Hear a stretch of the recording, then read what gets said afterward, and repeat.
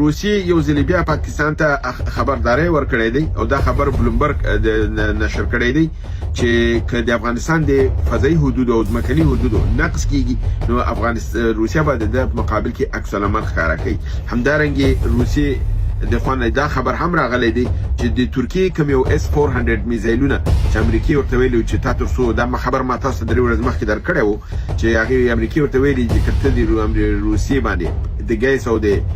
پټرول اخیستلو دغه بند نه کې د هغې نه قرارداد دی او S-400 ورته بیرته ورنه کې تاته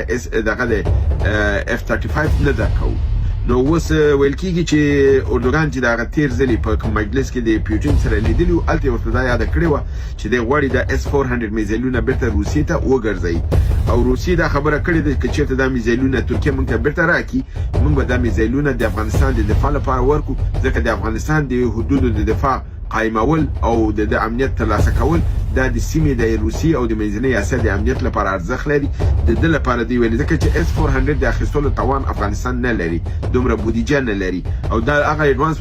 ټکنالوژي ده چې روسیې هر چاته ورکوي نه یعنې که ترکیې ته او ایران ته یې ورکړې ده د یو غټ قراردادونو په اساس او د ژمنو په اساس یې ورکړې ده. افغانستان نسبتا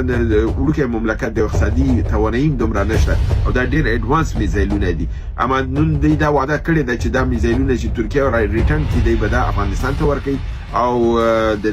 که چېرته دا خبر درست ثابت شي او واقعیت دا سخت یو لوی اقدام دی د افغانستان په ګټه دی او دا د افغانستان په خیر دی.